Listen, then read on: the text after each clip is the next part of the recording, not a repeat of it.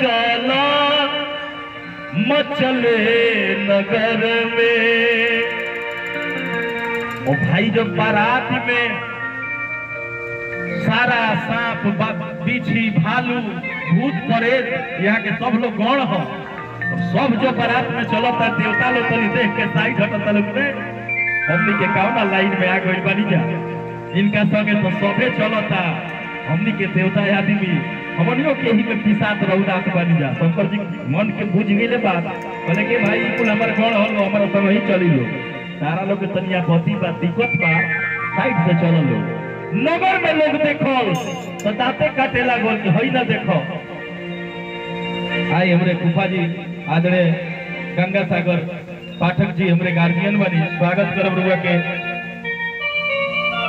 बहुत बहुत आभार। रुआ गार्जियन है रुआ से स्वागत भइल हमरा आप में परम सौभाग्य बा बहुत बहुत अभिनंदन और करतनी।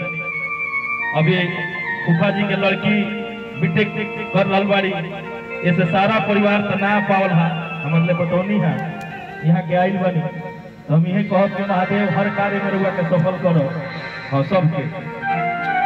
बारात जब निकल गई आदित्य बाबा मेहरारू देखो तारी सो हलचल कबरी गई हल चला मचले नगर में।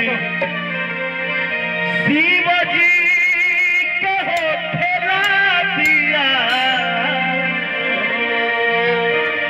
हल चला मचले नगर में।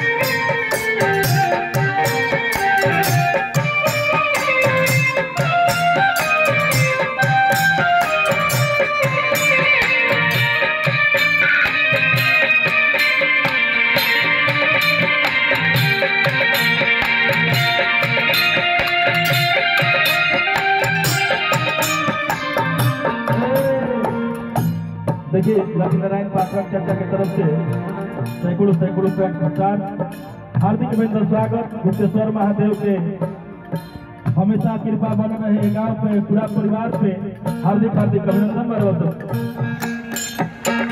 डॉक्टर पिंटू पाठक जी बहुत बहुत पुरस्कार देनी हार्दिक अभिनंदन स्वागत प्रणाम करते नहीं। अब देखिए मारो के पास भागे जाना